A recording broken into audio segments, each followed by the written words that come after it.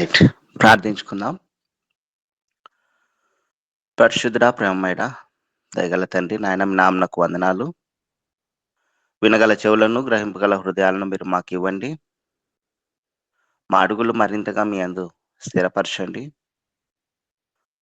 నాయన మరి మా చివరి అడుగులు మీ పరలోక రాజ్యం నందు పడినట్లుగా మమ్మలను మీ వాక్యముల చేత ఈ దినంలేందు మరి బాగుగా మీరు కట్టి తృప్తిపరచమని, మహిమ మీరు పొందుకొనమని యేసుక్రీస్తు అతి పరిశుద్ధ నామమున అడిగి పొందుకున్నాం మా తండ్రి. ఆమేన్. నాకు ఈ అవకాశాన్ని ఇచ్చినటువంటి ధనరాజ్ పాస్టర్ గారికి, సహకరించినటువంటి డేవిడ్ రాజన్న గారికి క్రీస్తునామ వందనాలు తెలియజేస్తున్నాను. ప్రియమైన దేవుని యందు పెద్దలారా, మీ అందరికీ వందనాలు. వాక్యదానంలోకి వెళ్దాం. సాధారణంగా మనుషులం ఈ లోకంలో జీవిస్తున్నప్పుడు చాలా కష్టాలు వస్తాయి. అంటే సుఖాలు, కష్టాలు రెండు. అంటే ఒక రూపాయి నాణ్యం తీసుకుంటే ఎలాగో అటుపక్క ఇటుపక్క బొమ్మ బొరుసు ఉంటాయో, అలాగనే మన జీవితంలో కూడా కష్టాలు, నష్టాలు, సుఖాలు అనేటివి ఉంటాయి. కష్ట సమయాల్లో దేవుణ్ణి ఆశ్రయించాలి, సహాయాన్ని పొందుకోవాలి. సుఖ సమయాల్లో కూడా దేవుని యందు సంతోషించాలి. దేవుని ఆశ్రయాన్ని వదిలిపెట్టకూడదు. రెండు సమయాల్లో దేవునికి అతి దగ్గరగా జీవించాలి తప్పితే సుఖంలో ఉన్నాం కదా అని తప్పిపోవడం కానీ, కష్టంలో ఉన్నాం కదా అని ఆనుకోవడం కానీ చేయకూడదు. రెండు సమయాల్లో కూడా దేవుని యందు అతి దగ్గరగా మనం జీవించాలి. రెండు సమయాల్లో కూడా. అలా జీవించినప్పుడు మాత్రమే దేవుడు అనుగ్రహించేటువంటి ఓ క్రొత్త అనుభూతిలోకి మనం వచ్చేస్తాం. ఈ విషయము సరిగ్గా అర్థం చేసుకోలేక చాలా మంది తల్లిదండ్రులు కష్ట సమయాల్లో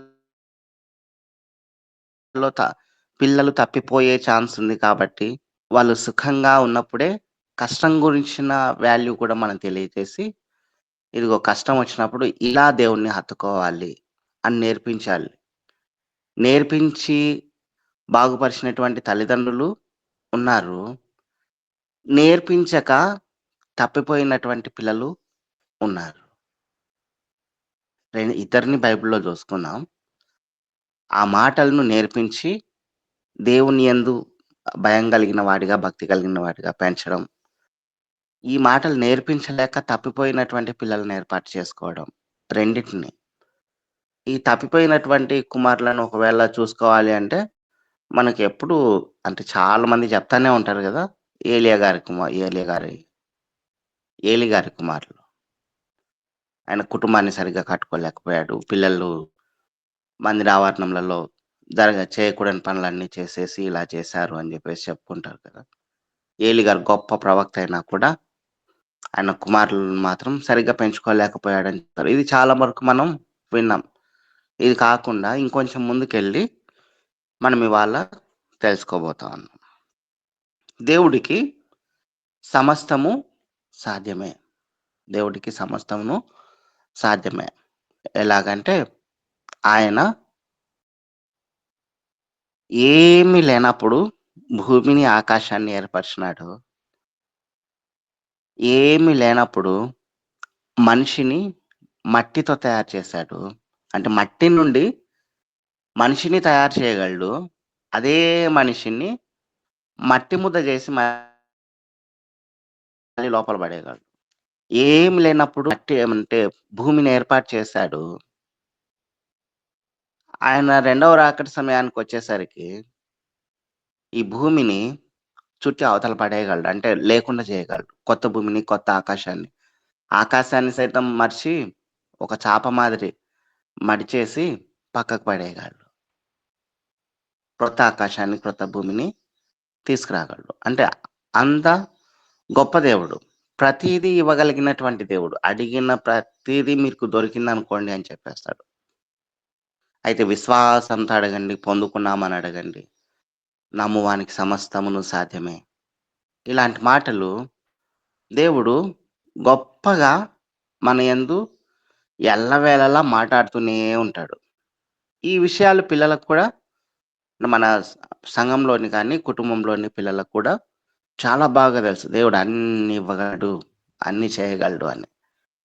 అయితే ఆపద సమయంలో మరింతగా ఎందుకంటే ఆపదలెలా వస్తాయంటే కట్టుదిట్టం చేసేస్తాయి పూర్తిగా. ఒక ఒక సర్కిలేసుకొని, గ్రౌండేసుకొని నువ్వు కూర్చున్నావనుకో, ఎటు పక్క చూడు, ఎటు పక్క చూడు, ఒక దారి కూడా తెరిసి ఉండదు. ఒక్క దారి గూడా తెరిసుండదు. నువ్వు ఎటు పక్కైనా చూడు. అన్ని దారులు మూసుకుపోయుంటాయి ఒక్కోసారి సమయాలు. ఆ సమస్యలొచ్చేసరికి, ఇటువంటి సమస్యలోనా నేను ఇరుక్కుపోయినది. కనీసం బయట అడుగు పెడదామంటే కాళ్ళు లేదు. కొంచెం కూడా దారి లేదే, కొంచెం కూడా దారి లేదే అనిపిస్తుంది. అట్లాంటి సమస్యలలో ఇరుక్కుపోతారు జనాలు. ఒకానొక సమయంలో ఒక చిన్న సందర్భం జెప్తాను జూడండి. ఆహ్, లూకాసు వార్త, లూకాసు వార్త 5వ అధ్యాయము 18, 19 వచనాల్లో ఉంటుంది. 5వ అధ్యాయము 18, 19 వచనాల్లో చదువుతారా అండి ఎవరైనా?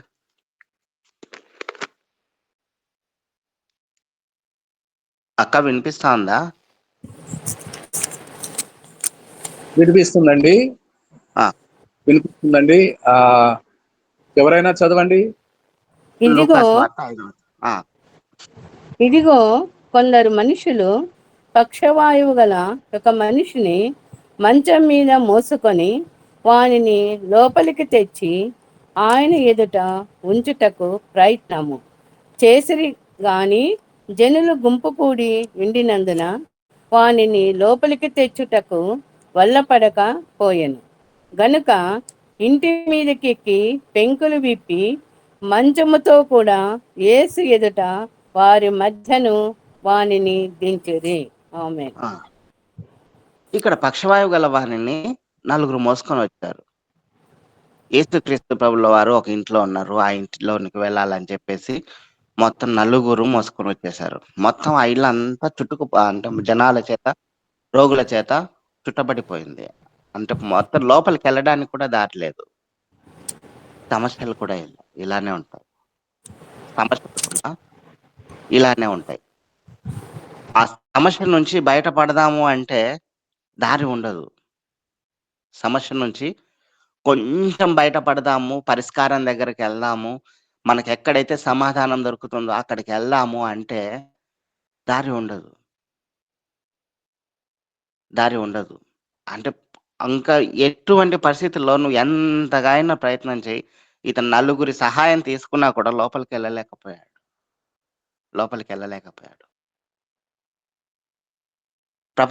ఈ ప్రపంచం మొత్తానికి భూమి మీద ఎవరైతే నడుం జీవిస్తున్నాడో వారందరికీ భూమి మీద అంటూ కొన్ని దిక్కులున్నాయి. ఏవేవి? చిన్నప్పటి నుంచి చదువుతా ఉన్నాం కదా! తూర్పు, పడమర, ఉత్తరం, దక్షిణం. ఈశాన్యం, ఆగ్నేయం, నైవేయం, నైరుతి, ఆగ్నేయం ఉంటుంది. వాయవ్యం ఉంటుంది. 8 దిక్కులు. 8 దిక్కులు. కానీ ఒక్క దేవుని బిడ్డలకు మాత్రమే ఉన్నటువంటి దిక్కేదో తెలుసా? ఈ ఈ 8 దిక్కులను పక్కన పెట్టేసుకున్నాక అన్నీ మూసిపోయినా కూడా తల ఎత్తి పైకి చూడాలి. అక్కడ ఒక దిక్కు ఉంటుంది మనకి. అక్కడ ఒక దిక్కు ఉంటుంది. పక్షవాయువు వల్ల మోసుకొనొచ్చారు. అన్నిటికి మూయబడిపోయాయి. ఇప్పుడు 9వ దిక్కు ప్రతి క్రైస్తవునికి మొదటిది అదే అవ్వాలి. పైనుంచి కిందకి దించారు. ఆ పెంకుటిల్లు అక్కడికెక్కి పెంకులన్నీ తీసేసి పక్షవాయువు గల వారిని అలా లోపలికి పెట్టేసి, ఇప్పుడు యేసుక్రీస్తు ప్రభుల వారు అంటున్నారు కదా! ఆయనను పరుపెత్తుకొని ఇంక నడువు అంటున్నాడు. వారి విశ్వాసమును బట్టి మోసుకొని వచ్చారు చూడండి. అన్ని దిక్కులు మూసుకుపోయినప్పుడు ఇదిగో పైన ఒక దిక్కుందని గుర్తుపట్టి మంచాన్ని అలా దించారు. ఆ నలుగురి విశ్వాసాన్ని బట్టి నీ పరుపెత్తుకొని నువ్వు నడిచేసేయి అని చెప్పేసి ఆయన పక్షవాయువు గల వాడితో అన్నాడు. ప్రతి బిడ్డకు అంటే దేవుని బిడ్డకు ఒక దిక్కు అనేది ఉంది. అంటే ఇంకొక అడిషనల్ దిక్కు ఉంది మనకి. అదే ప్రథమ దిక్కు. ఏ సమస్య వచ్చినా సరే, అన్ని దారులు మూసుకుపోయినా సరే, ఆకాశం వైపు కన్నులెత్తాలి. ఆకాశం వైపు కన్నులెత్తాలి. అలా కన్నులెత్తి సహాయం అడిగినప్పుడు ఆయన అంటున్నటువంటి మాటలు దినమెల్లా నా చేతులు చాపి ఉన్నాను అంటాడు చూడండి. దినమెల్లా నా చేతులు చాపి ఉన్నాను. రోమీలకు రాసిన పత్రిక 10వ అధ్యాయము 21వ వచనంలో ఈ మాట ఉంటుంది. రోమీలకు రాసిన పత్రిక 10వ అధ్యాయము 21వ వచనంలో మీకోసం దినమెల్లా నా చేతులు చాపి ఉన్నాను. నన్ను వెదకని వారికి నేను దొరికితిని, నన్ను విచారింపని వారికి ప్రత్యక్షమైతిని అని చెప్పుచున్నాడు. ఇశ్రాయేలు విషయమైతే అవిధులై ఎదురాడు ప్రజలకు నేను దినమంతయు నా చేతులు చాచితిని అని చెప్పుచున్నాడు. ఆమేన్. ఇజ్రాయేలీయుల విషయమైతే అవిధేయులై ఎదురాడు ప్రజలకు నేను దినమంతయు నా చేతులు చాచితిని. ఆయన మన కోసము అవిధేయులమైనా సరే ఆయన పిల్లలు కాబట్టి ఎప్పుడెప్పుడు నా వైపు చూస్తారా అని చెప్పేసి దినమెల్లా చేతులు చాచి ఉన్నాడు పైనుంచి ఆకాశంలో. ఎందుకంటే ఆకాశం ఆయన సింహాసనము, భూమి ఆయన పాదపీఠము. భూమి ఆయన పాదపీఠం కాబట్టి అంతగా ఎదురు చూస్తా ఉన్నాడు యేసుక్రీస్తు ప్రభుల వారు. ఎవరెవరు ఒక్కరైనా సరే నా వైపు చేయి చాచి నన్ను పట్టుకో అని అడిగే వాళ్ళు ఉన్నారా అని. సంతోషంగా ఉన్నప్పుడు మెదడు బాగా పనిచేస్తుంది. దుఃఖంలో ఉన్నప్పుడు ఎటువంటి ఆలోచన లోపల పారదు.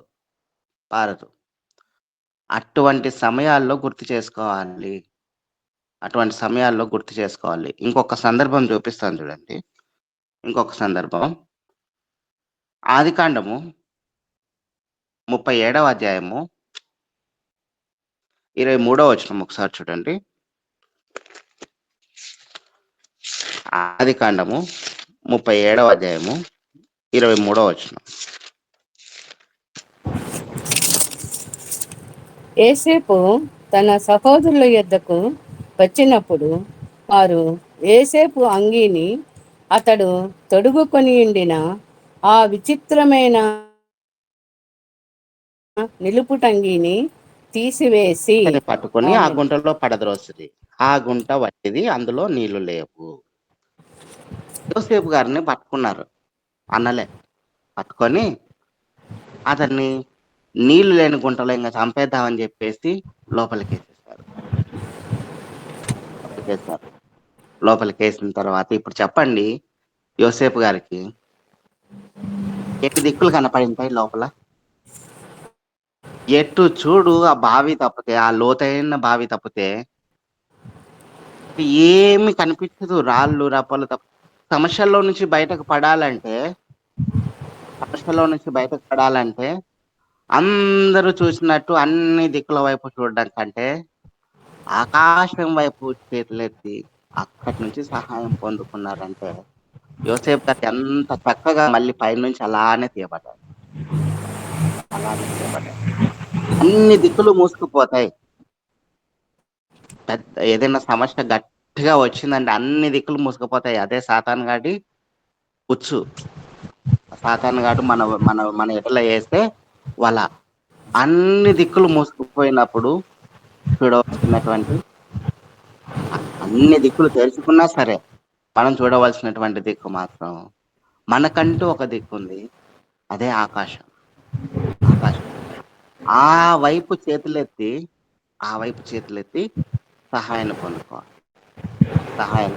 పొందుకోవాలి. యేసుక్రీస్తు ప్రభుల వారు కూడా ఈ లోకంలో జీవించినప్పుడు ఆయన చేసినటువంటి కొన్ని గొప్ప కార్యాలు ఉన్నాయి. అన్ని చాలా ఉన్నాయి. అవి భూమి అంతటి మీద రాసినప్పుడు అవి అని చెప్పేసి యేసుక్రీస్తు ప్రభుల వారే చెప్పారు పరిశుద్ధ గ్రంథంలో. కొన్ని మాత్రం అదే పనిగా రాయించారు. 5 రొట్టెలు 2 చేపల కథ అందరికీ తెలిసినదే కదా. మత్తయి సువార్తలో ఉంటుంది, మార్కు సువార్తలో ఉంటుంది, లూకాలో ఉంటుంది, యోహాన్లో ఉంటుంది. మత్తయి సువార్త 14వ అధ్యాయం 19వ వచనంలో చూడండి. మత్తయి సువార్త 14వ అధ్యాయము 19వ వచనంలో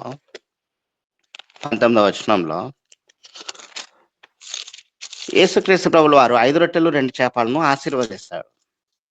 ఆశీర్వదిస్తాడు.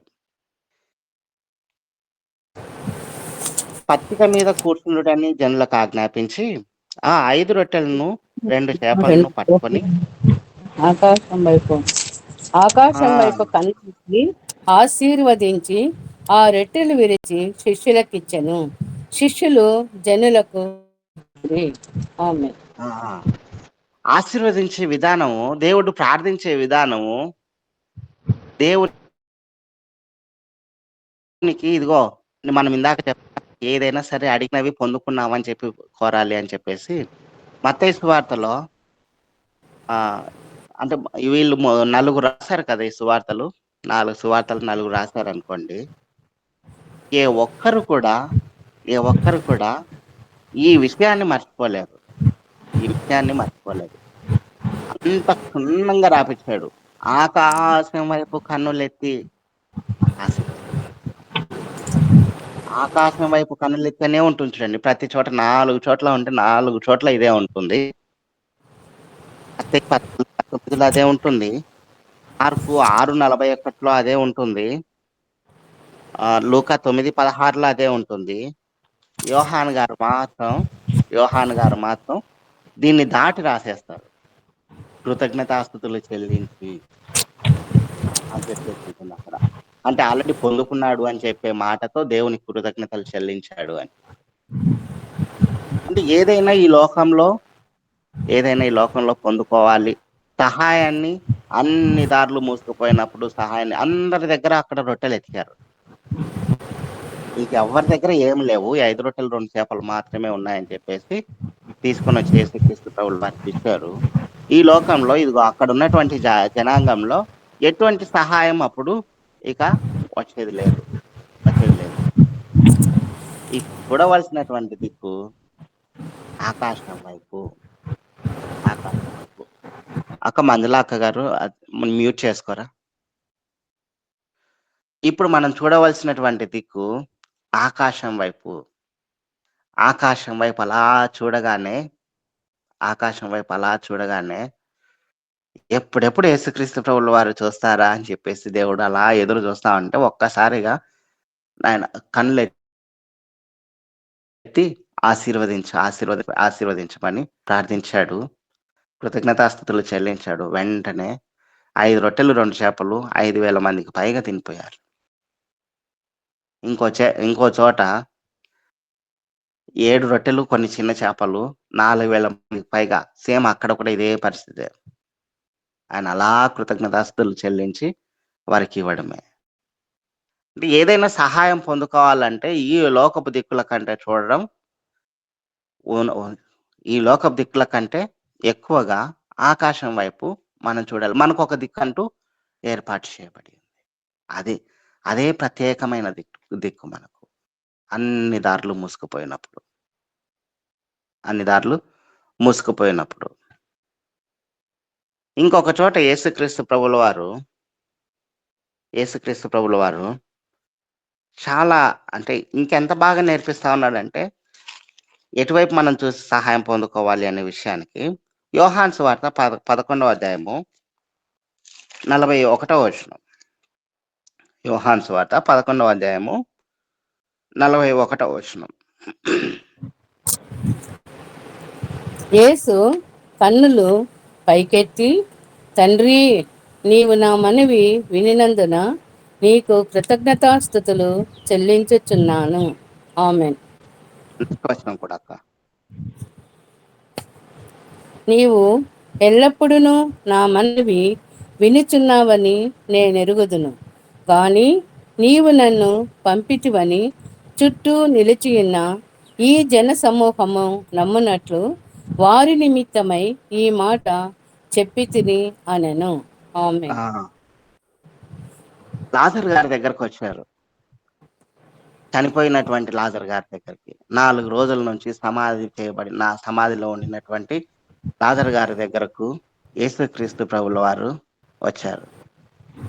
వచ్చి ఆయన నిట్టూర్పులు అంటే ఏడ్చాడు. అక్కడ ఏడ్చాడు. చెప్పేసి సహాయం కావాలి అని చెప్పేసి ఒకసారిగా కన్నులెత్తి చూచాడని ఉంటుంది చూడండి. యేసు కన్నులు పైకెత్తి, తండ్రి, నీవు నా మనవి వినినందున నీకు కృతజ్ఞతాస్తుతులు చెల్లించుచున్నాను. ఇది కావాలి, ఇది కావాలి. ఎల్లవేళలా మనం దేవుని పిల్లలమైనటువంటి మనము లేదా మన పిల్లలు తరతరములైనా సరే ఆకాశం వైపు చేతులెత్తి అక్కడి నుండి సహాయం పొందుకోవటం నేర్చుకోవాలి. ఆకాశం వైపు చేతులెత్తి అక్కడి నుండి వచ్చే సహాయం పొందుకోవటం నేర్చుకోవాలి. భూలోకంలో మన దగ్గర ఇక్కడ సహాయం పొందుకుంటున్నాము అంటే అది కొద్ది వరకు ఈ లోకం వైపు చూచి ఈ లోక సహాయం పొందుకున్నామంటే అది మన పరలోకాన్ని నడిపించలేదు. దేవుణ్ణి ఆశ్రయించమని చెప్పేటప్పుడు పిల్లలకి, ఎందుకంటే రాబోయే తరాల్లో ఎలా ఉంటుందో మనకు తెలియదు. పిల్లలు చాలా చూస్తా ఉన్నాం కదా, మనకంటే సమస్యలు ఏమవుతుందిలే అదో పెద్ద సమస్య అనిపిస్తుంది. కానీ ఒక చిన్న పిల్లలు ఒక సెకండ్ క్లాసో థర్డ్ క్లాసో చదువుతున్నారనుకోండి, పెన్సిల్ ఇరిగిపోయినా సరే వాళ్ళకు ఒక పెద్ద సమస్య అది. ఇంటికెళ్తే అమ్మ నాన్న కొడతారేమో అని. మనకు పెద్దది కాదది. మనకు పెద్దది కాదు. ఆఖరికి కింద పడి దెబ్బ తగిలినా కూడా పిల్లలకి ఆ దెబ్బను దాచుకొని వస్తారు తల్లిదండ్రి దగ్గరికి. ఈ దెబ్బ చూసి మళ్ళీ కొడతారేమో అని. అదొక పెద్ద సమస్య వాళ్ళకి.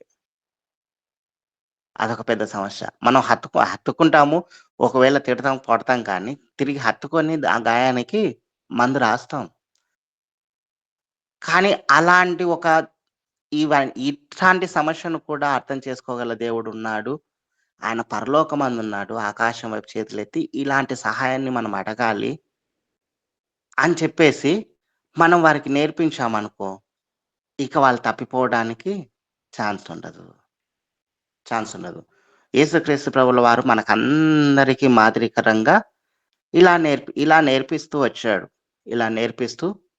ఇదిగో అన్నిటికీ విరుద్ధమైనది, ఇదిగో జరగరానిది ఇక్కడ జరగాలి అంటే ఇదిగో మనము ఆకాశం వైపు కన్నులెత్తాలి. అలా కన్నులెత్తి దేవుని కృతజ్ఞతాస్తుతులు చెల్లించి ఆ తర్వాత లాజరు బయటకు రా అన్నాడు చూడండి. 43వ వచనంలో ఆయన అలాగూ చెప్పి లాజరు బయటకు రమ్మని బిగ్గరగా చెప్పగా చనిపోయిన వాడు కాళ్ళు చేతులు ప్రేత వస్త్రములతో కట్టబడిన వాడై వెలుపలికి వచ్చెను. అలాగూ చెప్పి దేవుని కృతజ్ఞతాస్తుతులు చెల్లించి లాజరు బయటకు రా అంటేనే వెంటనే బయటకు వచ్చాడు. నిజంగా అండి, ఒకవేళ యేసుక్రీస్తు ప్రభుల వారు లాజరు అని పిలిచకుండా ఉండింటే, అంటే చనిపోయిన వాడా బయటకు రా అనింటే, అక్కడ సమాధి చేయబడిన ప్రతి ఒక్కడు బయటకు వచ్చేటోడు. అందుకే సపరేట్‌గా పేరు పెట్టి లాజరు బయటికి రా అన్నాడు. ఇది సహాయం పొందుకునే విధానం. ఇది దేవుణ్ణి ఆశ్రయించే విధానం. ఆకాశపు కన్నులెత్తి అక్కడికి మనం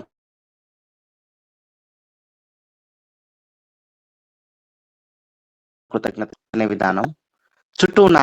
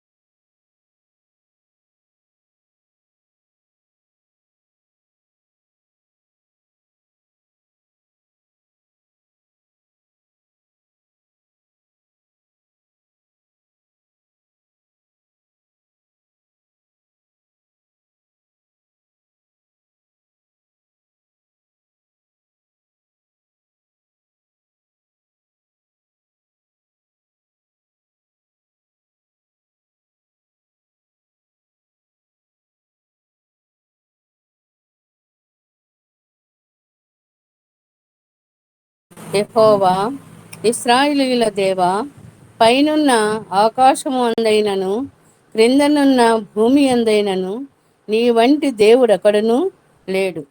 పూర్ణ మనస్సుతో నీ దృష్టికి అనుకూలముగా నడుచు నీ దాసుల విషయమై నీవు నిబంధనను నెరవేర్చుచు కనికరము చూపుచు ఉండువాడవై ఉన్నావు. ఆమె. ఆ, దేవుని యొక్క మందిరాన్ని కట్టించిన తర్వాత మొత్తం అందరినీ సమకూర్చి దేశ విదేశాల నుంచి ప్రతి ఒక్కరిని అధిపతులు నాయకులను అందరినీ పిలుచుకొని ఇజ్రాయేలీలందరినీ కూడా సమాజ మందిరంగా మొత్తం అందరినీ అక్కడికి చేర్చి వాళ్ళందరి ఎదురుగా నూతన మందిరం ఎదురుగా సొలొమోను గారు చేస్తున్నటువంటి పని ఏది తెలుసా? ఆకాశం వైపు కన్నులెత్తి నీ వంటి దేవుడు ఇంకొకటి లేడు నాయన, నువ్వు ఎంత మంచివాడవో, ఎంతగా ఆశీర్వదించేవాడవో అని చెప్పేసి మొత్తం దేవుని ఎదుట ఆయన హృదయాన్ని కుమర్చేస్తా ఉన్నాడు అందరి ఎదురుగా. ఎంతమంది ఉన్నా సరే, రాజులు అధిపతులు అందరు ఉన్నా సరే, అంతమందిని పక్కన పెట్టేసి ఆకాశం వైపు చేతులెత్తి దేవుణ్ణి నమస్కరిస్తా ఉన్నాడు. దేవుణ్ణి వారందరి మధ్యన గొప్ప చేస్తా ఉన్నాడు. ఆ గొప్ప చేసే విధానం అసలు అక్కడ ఉన్నటువంటి జనాంగానంతటికి భయాన్ని కల్పించింది. అంటే అంత గొప్పగా దేవుణ్ణి ఆశ్రయించాడు. ఎవరు చెప్పారు మరి దేవుణ్ణి ఆశ్రయించాలి ఆపద సమయంలో అని చెప్పేసి? ఆపద సమయం కానీ, సంతోష సమయం కానీ, అది ఆర్భాటించే సమయం కానీ తన తండ్రి దావీదు మహారాజే, రాజైనటువంటి దావీదు గారే కుమారుడైనప్పుడే సొలొమోను గారికి ఇలా దేవుని ఆశ్రయించాలి. ఇలా ఆశ్రయిస్తే మాత్రమే దేవుడు నిన్ను ఏర్పాటు చేసుకుంటాడు నాయన, దేవుడు మనల్ని పట్టుకుంటాడు అని చెప్పేసి దావీదు మహారాజు గారు ఎల్లవేళ అలా ఏర్పాటు చేసుకుంటూ వచ్చాడు. అలా నడిపించుకుంటూ వచ్చాడు కుమారుని. అందుకే ఎంతగా తప్పిపోయే కుమారులు లేరా అంటే సొలొమోను గారు తప్పిపోలేదా అంటే తప్పిపోయాడు. ఎంతో మంది భార్యలను చేసుకున్నాడు. తర్వాత విగ్రహారాధికుడు అయిపోయాడు. చాలా చాలా అంటే ఆయన పడిపోయే విధానం చూస్తే చాలా అసహ్యంగా ఉండిపోతుంది ఒక్కోసారి. అంతగా పడిపోయాడు. కానీ తెలుసా, చివరికి ముసలివాడైనప్పుడు ప్రసంగి గ్రంథాన్ని రాశాడు. అంటే ఒకవేళ ఈ లోకంలో సమస్యలు ఎట్టయినా వచ్చి ఒకవేళ పడిపోయినా సరే, చివరికి దేవుడే కదా నన్ను చేర్చుకోవాల్సింది అని చెప్పేసి దేవుని వాక్యాన్ని ఇప్పటి నుంచి నేర్పించుకుంటే, మధ్యలో ఎక్కడైనా ఒకవేళ యవనస్తులు ఒకవేళ పడిపోయినా, యవన కాలం మంది పడిపోయినా, పెద్దలైనప్పుడు పడిపోయినా సరే, కానీ చివరికి ఎటు తిరిగి ఎక్కడ పడిపోయినా సరే, తిరిగి నా దేవుడే కదా నన్ను చేర్చుకునేది అని చెప్పేసి చివరి కాలంలో వృద్ధాప్యమందు సొలొమోను గారు ఆ మాటలను జ్ఞాపకం చేసుకొని తిరిగి దేవుని సన్నిధానంకు వచ్చినట్లు ఉంటుంది. తిరిగి దేవుని సన్నిధానంకు అప్పుడే ప్రసంగి గ్రంథం రాస్తాడు. సామెతలు కూడా ఆయన రాసినవి. అంటే పడిపోయినా సరే ఒకవేళ, కానీ తిరిగి లేవడానికి కావాల్సినటువంటి శక్తిని ఇచ్చేది ఈ రోజు మనం నేర్పించే దేవుని యందు భయము, ఆ భక్తిని. ఇదిగో పడిపోయినప్పుడు నాయన అన్ని మార్గాలు మూసుకుపోతాయి, నీ భార్య పిల్లలు ఆయన భార్య పిల్లలు ఆయన అంతటిని పడేసినా కూడా తిరిగి లేవగలిగాడు. తిరిగి లేచి ప్రసంగి గ్రంథాన్ని రాయగలిగాడు. ఇది మనం అంటే ఒకవేళ రాబోయే సిచ్యువేషన్లలో ఎలా ఉంటారో తెలియదు కాబట్టి, ఆ సమయాల్లో మనం పైకి రావాలంటే ఈ దినాలలో మనం నేర్పించే, బాల్య దినాలలో మనం నేర్పించే దేవుని వాక్యం వారికి పనికొస్తుంది. అప్పుడు పనికొస్తుంది. సరే, ఇంకొక చోట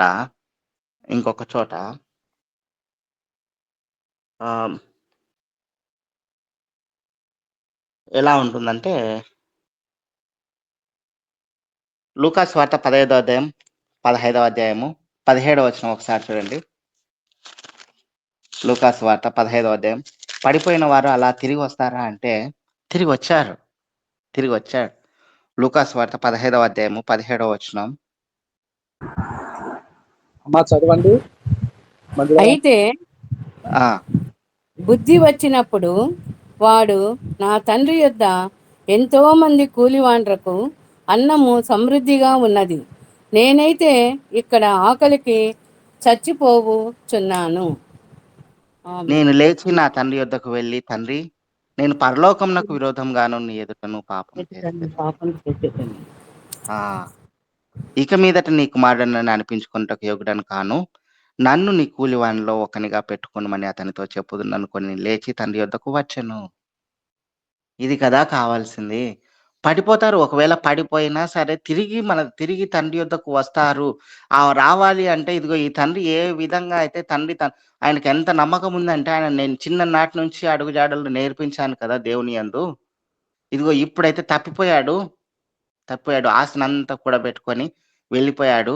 అక్కడ తప్పిపోయినా సరే తిరిగి నా దగ్గరకు వస్తాడు అని చెప్పేసి, ఈ తండ్రి ఎలాగ ఎదురు చూస్తున్నాడో, మన పరలోకపు తండ్రి కూడా అలాగనే దినమెంతా చేతులు చాచి ఎదురు చూస్తా ఉన్నాడు. రా నాయనా వచ్చి నన్ను పట్టుకో, వచ్చి నా చేయి పట్టుకో, వచ్చి నా చేయి పట్టుకో అని చెప్పేసి ఎదురు చూస్తా ఉన్నాడు. ఎదురు చూస్తా ఉన్నాడు. అలాంటి చెయ్యి ఒకటి ఉంది అని చెప్పేసి పిల్లలకు తెలిసినప్పుడు వాళ్ళ చెయ్యి ఆకాశం వైపు చేతులెత్తి అక్కడి నుండి సహాయం కోరుకుంటుంది. తండ్రి, మీరే నా చేయి పట్టుకోండి. నన్ను పట్టుకోండి. నన్ను లేవనెత్తండి ఈ సమస్య నుంచి అని చెప్పేసి. అంటే ఇంతగా మనము దేవుడైతే ఎల్లవేళలా ఆయన చేతులు చాచి మనల్ని ఎప్పుడెప్పుడు నా వైపు నా పిల్లలు తిరుగుతారా అని చెప్పి ఎదురు చూస్తా ఉన్నాడు. ఈ తండ్రి కూడా అలాగనే అసలు దూరంగా ఉన్నప్పుడే పరిగెత్తుకుంటూ పోయాడు. నా కొడుకు నా దగ్గరకు వచ్చేస్తా ఉన్నాడు. పరిగెత్తుకుంటూ పోయి వాడిని హత్తుకొని మెడ మీద ముద్దు పెట్టేసి కొత్త వస్త్రాన్ని తొడిగించి, ఉంగరాన్ని తొడిగించి ఒక గొప్ప విందుని ఏర్పాటు చేశాడు. తప్పిపోయినటువంటి ఒకవేళ పిల్లలు ఎప్పుడైనా రాబోయే రోజుల్లో ఒకవేళ తప్పిపోతారేమో, తప్పిపోకుండా ఉండడానికి మనం యోబు వల్లే ప్రార్థన చేస్తూ ఉండాలి. కానీ తప్పిపోయారనుకో తిరిగి వస్తారు అనే ధైర్యాన్ని మనం దేవుని యందు వారికివ్వాలి. దేవుని యందు వారికివ్వాలి. అలాంటి గొప్పదైనటువంటి మనసును కూడా మనం ఏర్పాటు చేయాలి. ఎందుకంటే సుఖంగా ఉన్నప్పుడే ఇలాంటి సమస్యలు వచ్చినప్పుడే కదా తెలుస్తుంది. ఇదిగో దేవుణ్ణి ఆశ్రయించాలి. మరింత గొప్పగా ఆశ్రయించాలి ఇలాంటి సమస్యలు వచ్చినప్పుడు. ఈ తప్పిపోయినటువంటి కుమారుడికి ఇంకెక్కడ దారి లేదు. ఆకాశం వైపు చూశాడు. అలా చూశాడు. నా తండ్రి దగ్గర అన్నున్నాయి కదా! నేనెళ్ళాలి. అనుకున్నాడు. అంతే వచ్చేసాడు. తండ్రి చేర్చుకున్నాడు. ఇలాగే మనం కూడా ఒకవేళ అయితే అలా చేర్చబడేటప్పుడు ఆయన చేతులు ఏ విధంగా అయితే చాచి ఉన్నాడో పట్టుకోవాలని, ఆ సమయంలో మనం నేర్పించాల్సింది. ఇవి ఉండకూడదు నాయనా. ఏవి ఉండకూడదు? మనం ఈ మాసపు వాగ్దానం చదువుకున్నాం కదా! 58వ అధ్యాయం చివరి వచనం యెషయా గ్రంథం. 59వ అధ్యాయం మొదటి వచనం చూడండి. 59వ అధ్యాయము మొదటి వచనం యెషయా గ్రంథం.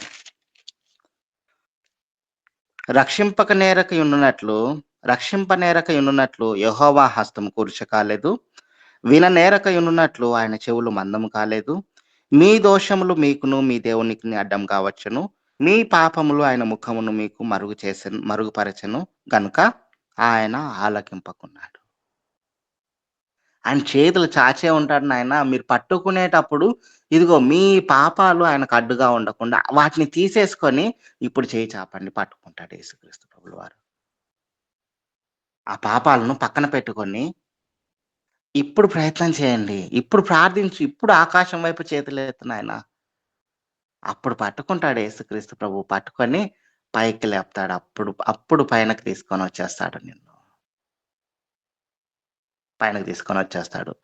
ఇదే యెషయా గ్రంథం 1వ అధ్యాయం 15వ వచనంలో కూడా సేమ్ ఇలానే ఉంటుంది.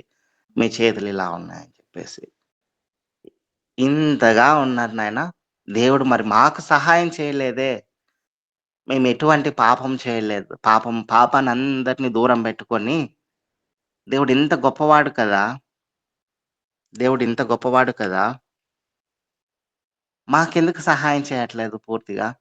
ఎందుకంటే చాలామంది సహాయం అక్కడి నుంచి వస్తాదని చెప్పి అనుకుంటున్నారు కదా! కానీ కొద్దిమందికి సహాయం రాదు. కొద్దిమందికి సహాయం రాదు. ఇదిగో ఇలాంటి పాపాలు ఉన్నప్పుడు, అయ్యో! లేవు. అలాంటి పాపాలే లేవు కదా! అని చెప్పే ఉద్దేశ్యంతో కూడా కొంతమంది ఉంటారు. కొంతమంది ఉంటారు.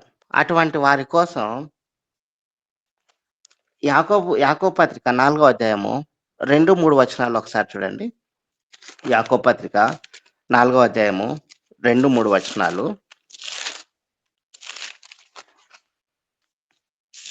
అక్కడ క్లియర్‌గా ఉంటుంది. మీరు ఆశించుచున్నారు గాని మీకు దొరకటలేదు. నరహత్య చేయుదురు, మత్సరపడుదురు గాని సంపాదించుకొనలేరు. పోట్లాడుదురు, యుద్ధం చేయుదురు గాని దేవుని అడుగనందున మీకేమియు దొరకదు. మీరడిగినను మీ భోగముల నిమిత్తము వినియోగించుటకై దురుద్దేశంతో అడుగుదురు గనుక మీకేమీ దొరకటలేదు. మన ఆశీర్వాదం ఎలా ఉండాలంటే 5,000 మంది ప్రజలకు అన్నం పెట్టేదిగా ఉండాలి. మన ఆశీర్వాదం ఎలా ఉండాలంటే 4,000 మంది ప్రజలకు అన్నం పెట్టేదిగా ఉండాలి. మన ఆశీర్వాదం ఎలా ఉండాలంటే లోయలో నుంచి చేయి చాచినప్పుడు ఒక దేశాన్నే కాదు పక్క దేశాన్ని కూడా రక్షించేదిగా ఒక ఉన్నతమైన స్థానం నందు కూర్చునబెట్టేదిగా ఉండాలి. మన ఆశీర్వాదం ఎలా ఉండాలంటే తప్పిపోయినటువంటి కుమారుడు అక్కడికొచ్చాడు కదా! ఎలా వచ్చాడో తెలుసా? చనిపోయి బ్రతికెను అని చెప్పేసి తండ్రే సాక్ష్యం ఇస్తాడు చూడు. ఆ విధంగా అంటే ఇక సొంతానికి ఇక ఏది వాడుకోడు వీడికి ఆశీర్వాదాన్నిస్తే. ఈ ఆశీర్వాదం ఇతనికిస్తే ఇక సొంతానికి ఇక ఏది వాడుకోడు. ఇదిగో అనేకులకు ఆశీర్వాదకరంగా వీడు ఎదుగుతాడు అనే విధంగా మన ఆశీర్వాదం ఉండాలి అంటే ఆకాశం వైపు చేతులెత్తితే ఆ విధమైనటువంటి ఆశీర్వాదం పొందుకోవటానికి ఎత్తాలి. సమస్యల్లో ఉన్నప్పుడు అలానే దేవుని దగ్గరికి రావాలి అని చెప్తా ఉన్నాను. అలానే సమస్యల్లో ఉన్నప్పుడు దేవునికి ప్రార్థించాలని చెప్తా ఉన్నాను. దేవుడు సహాయాన్ని ఇస్తాడు. అయితే ఇచ్చినప్పుడు ఉండే ఆశీర్వాదం ఎలా ఉండాలి అంటే మన సుఖభోగములను అనుభవించుట కొరకు ఉండకూడదు. ఇదే చెప్తా ఉన్నాడు చూడండి. యాకోబు పత్రిక 4 అధ్యాయం 3 వచనం.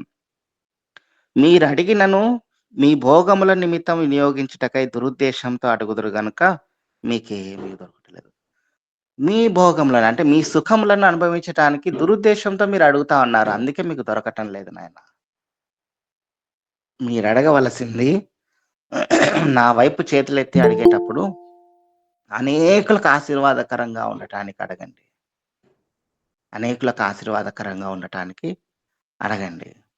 అప్పుడు, అప్పుడు నేను ఖచ్చితంగా సహాయం చేయగలిగినటువంటి దేవుడనే. అంటే సహాయం పొందుకోకుండా ఉండే వారి కోసం ఎందుకు పొందుకోవటం లేదో ఈ విషయం చెప్తా ఉన్నా. ఎలా మనం పొందుకోవాలో ఆకాశం వైపు చేతులెత్తి అన్ని దారులు మూసుకుపోయినప్పుడు, అన్ని దారులు తెరుచుకున్నప్పుడైనా సరే ఆకాశం వైపు చేతులెత్తి ప్రార్థించాలి అని యేసుక్రీస్తు ప్రభుల వారు మనకు చెప్పారు. యేసుక్రీస్తు ప్రభుల వారు మనకు చెప్పారు. సొలొమోన్ గారు చెప్పారు. ఆయన శిష్యులు చెప్పారు. తప్పిపోయినటువంటి కుమారుడు చెప్పాడు. అయితే సరిగ్గా నేర్పించినటువంటి తండ్రి పరిస్థితి ఎలా ఉంటుందనేది అదొక్క విషయం చూసుకొని ముగించేసుకుందాం. ఆదికాండము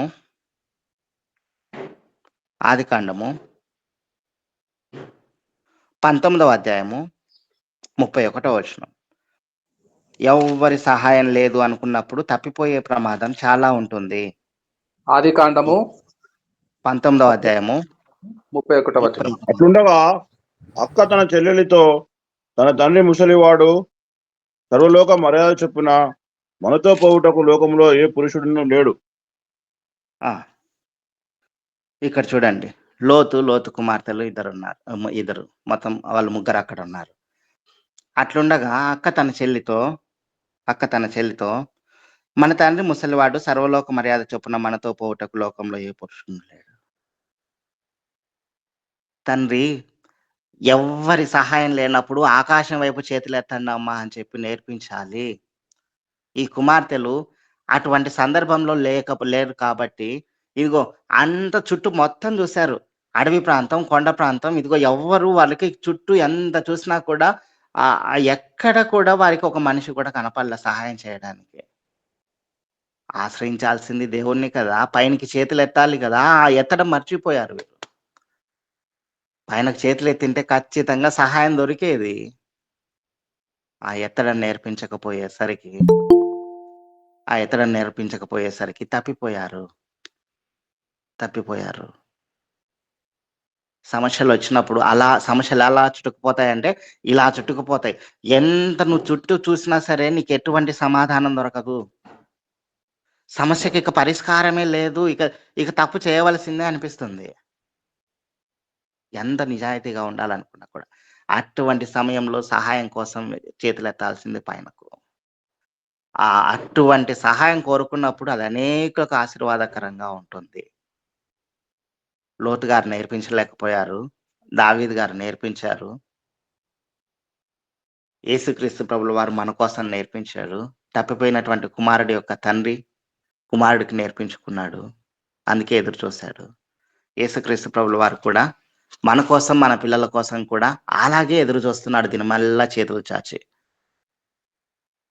మనం కూడా మన పిల్లలకు నేర్పించవలసింది వాళ్ళు బాగుగా ఉన్నప్పుడే. నాయన ఎప్పుడైనా సరే మనం ఆకాశం వైపు చేతులెత్తి సహాయాన్ని అన్ని దారులు మూసుకుపోయిన రోజు ఏదైనా వచ్చిందంటే మనం ఖచ్చితంగా ఆకాశం వైపు చేతులెత్తి అడగాలి. అది గుర్తుపెట్టుకొని ఆయన ఏ దారి మూసుకుపోయినా సరే పై దారి మాత్రం కన్నులెత్తి చూసే దారి మాత్రం తెరవబడి ఉంటుంది అని ప్రతి ఒక్కరం మన సంఘానికి కానీ, కుటుంబానికి కానీ, పిల్లలకు కానీ మనకు కూడా చెప్పుకొని ధైర్యంగా దేవుని యందు ముందడుగులు వేస్తూ పరలోక రాజ్యాన్ని చేరాలని ప్రభు పేరట తెలియజేస్తూ ఈ కొద్ది మాటలతో ముగిస్తున్నాను. దేవుడి మాటలు దీవించును గాక. ఆమెన్. ఆమెన్. దారి తప్పినా గొర్రెను నేను, దారి కానక తిరుగుచున్నాను. కరుణించుమా యేసు కాపాడుమా, నీ తట్టు కనులెత్తుచున్నాను. ఆకాశమందు ఆసీనుడా, నీ తట్టు కనులెత్తుచున్నాను. నేను నీ తట్టు కనులెత్తుచున్నాను. నా సేవారంభంలో 1994లో విశాఖపట్నంలో మధుర ప్రారంభించాను సేవ. దారి తప్పిన గొర్రె నాకు తారసపడింది. ఆమె పేరు శారమ్మ, వృద్ధురాలు. దారి తప్పి తిరుగుతుంది. ప్రభువు చేసిన సహాయము పొందుకుంటూ ఉంది. అయితే స్వతంత్ర నగర్ కాలనీ, వీకర్ సెక్షను అప్పుడప్పుడే ఇల్లులు కడుతున్నారు. 1994 ఇద్దరు కొడుకులు, కోడళ్ళు విహారయాత్రలకు, తీర్థయాత్రలకు, పుణ్యక్షేత్రాలను దర్శించడానికి హిందువులుగా ఉండేవారు. శారమ్మ కూడా ఆ తర్వాత రక్షణలోకి వచ్చింది. శారమ్మ 3 సార్లు తీర్థయాత్రలకు తిరిగి వచ్చింది. ఇప్పుడు కొడుకులు, కోడళ్ళు కూడా వెళ్ళాలని ఆశపడింది. బయలుదేరారు. 3 రోజులు ముగియలేదు. శవాలై భీకరమైన యాక్సిడెంట్ గురై చచ్చిన శవాలు ఇంటికి వచ్చాయి. ఆ తర్వాత కాలక్రమేణా విశ్వాసంలోకి వచ్చింది, రక్షణ పొందుకుంది. ఓన్లీ మనవరాలు మిగిలింది.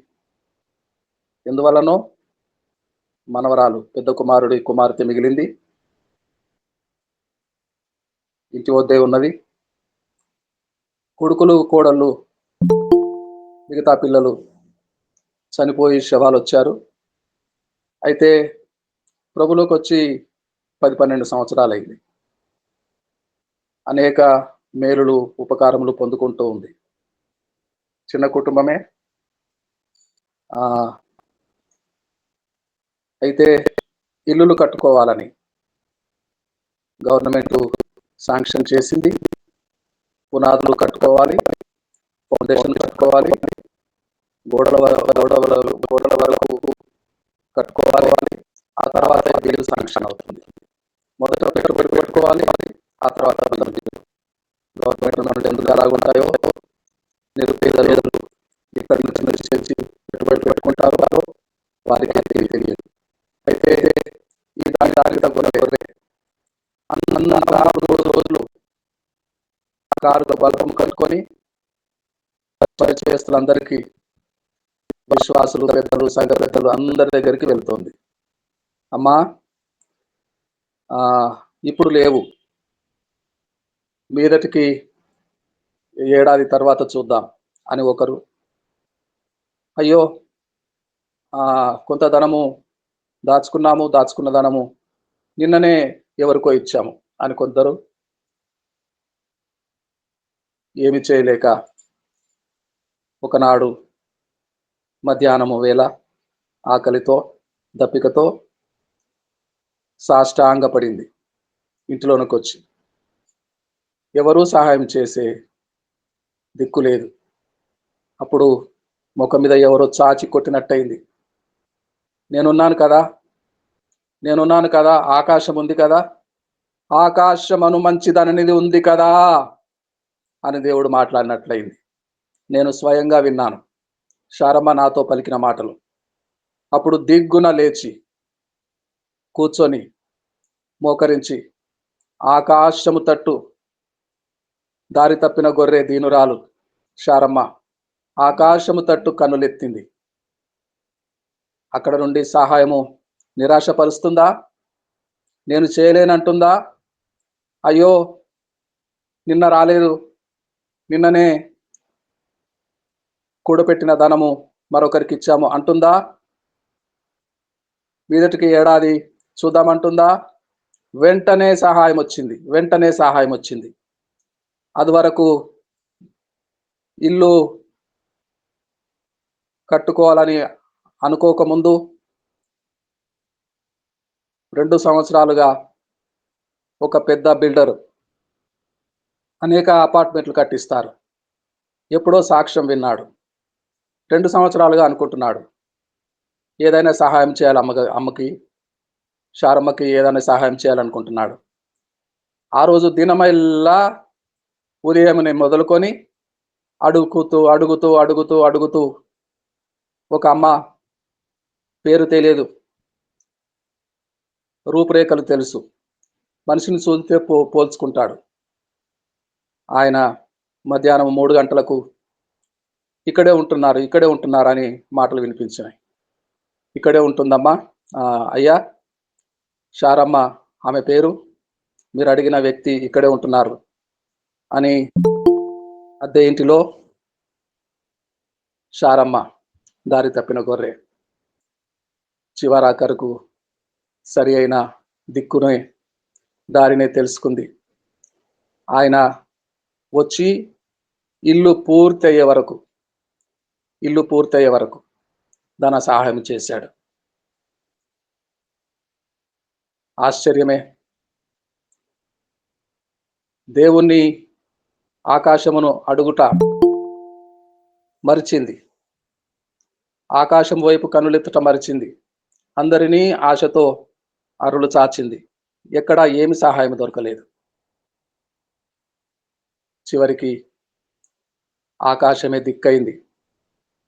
ఆకాశం వైపు కన్నులెత్తింది, ఆశపడింది. దేవా, కరుణిస్తావా? కరుణించుమా యేసు, కాపాడుమా. నాకు ఇప్పటికీ ఆ మధురమైన వృద్ధురాలు గొంతు మొట్టమొదటిసారిగా ఆకాశమందు ఆసీనుడైన వాడున్నాడని, దేవుని పిల్లలు కన్నులెత్తుతారని ఈ పాట మొట్టమొదటిసారిగా శారమ్మ నోటే విన్నాను. దేవునికి స్తోత్రం కలుగునుగాక. కొండల తట్టు నేను కన్నులెత్తుచున్నాను, నాకు సహాయము ఎక్కడి నుండి వచ్చును? భూమి ఆకాశములను సృజించిన యెహోవా వలననే నాకు సహాయం కలుగును. భూమి ఆకాశములను సృజించి సృష్టి యావత్తును నిర్మించిన వాడు, శూన్యంలో నుండి సమస్తము చేయగలిగిన వాడు, దేవుని దిక్కుగా, దేవుని దిశ ఆదరణ కలిగించింది. శారమ్మ గృహస్థురాలైంది, వృద్ధాప్యంలో ఇల్లు కట్టుకుంది. దేవునికి స్తోత్రం కలుగును గాక. పైడే గారు విజయనగరం నుండి వచ్చిన దేవుని సేవకులు, దైవజనులు గారు ఉన్నారు. ప్రార్థన చేస్తారు క్లుప్తంగా. ముగించుకున్నాము తెలుగు సభ. ఆకాశమందున్న గొప్ప దేవ, మీకు స్తోత్రములు చెల్లించుకుంటున్నాం. అద్వితీయమైన దేవుడవు, అద్భుతమైన మా దేవుడవు, ఆశ్చర్యకరుడవు, ఆలోచనకర్తవు, ఉన్నవాడవు, అనువాడవు, నిన్న నేడు నిత్యము నిరంతరము ఏకరీతిగా ఉండు దేవుడవు, మనుషుల హృదయములను ఎరిగిన దేవుడవు, అంతరంద్రియములను పరిశీలన చేయి దేవుడవు. తండ్రి, మీకు స్తోత్రములు చెల్లించుకుంటున్నాం. ప్రభా, మేము మీ వైపు చూడక లోకము తట్టు చూచినప్పుడు నాయనా మాకు నిరాశే మిగులుతుంది. అయితే